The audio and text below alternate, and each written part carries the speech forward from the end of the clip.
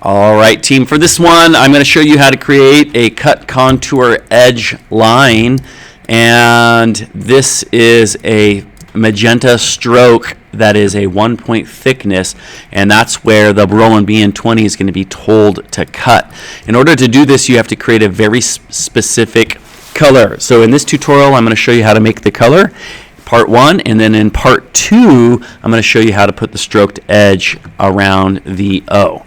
So in this one, let's go to our, make sure we have our color swatches up, and we're going to hit new color. And in here, we want to make sure that this says just exactly as I have here. You need to make this say exactly this. It needs to say cut contour with a capital C, and no space. If you do that incorrectly, it's not going to work. Your color type is going to be a spot color, so check that. Make sure it is spot color. Make sure that you have checked global color as well. And then the color mode is CMYK for print. These all should be zeroed out, and the only thing that we have 100% is this magenta color. And then go ahead and add that to your library and make a folder called CutContour. So when I go to my libraries over here, I'll hit cancel. When I go to my libraries over here, you'll see that I have a folder right here. It's just called CutContour.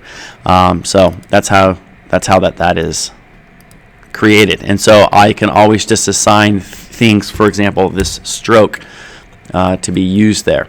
Now, you can't add colors from your library. You have to add this to your swatches, and so you'll just say add color to swatches, and then it will add it there. And so that's how I'm able to see my cut contour right here. Okay, so that's the tutorial on how to create your color cut contour.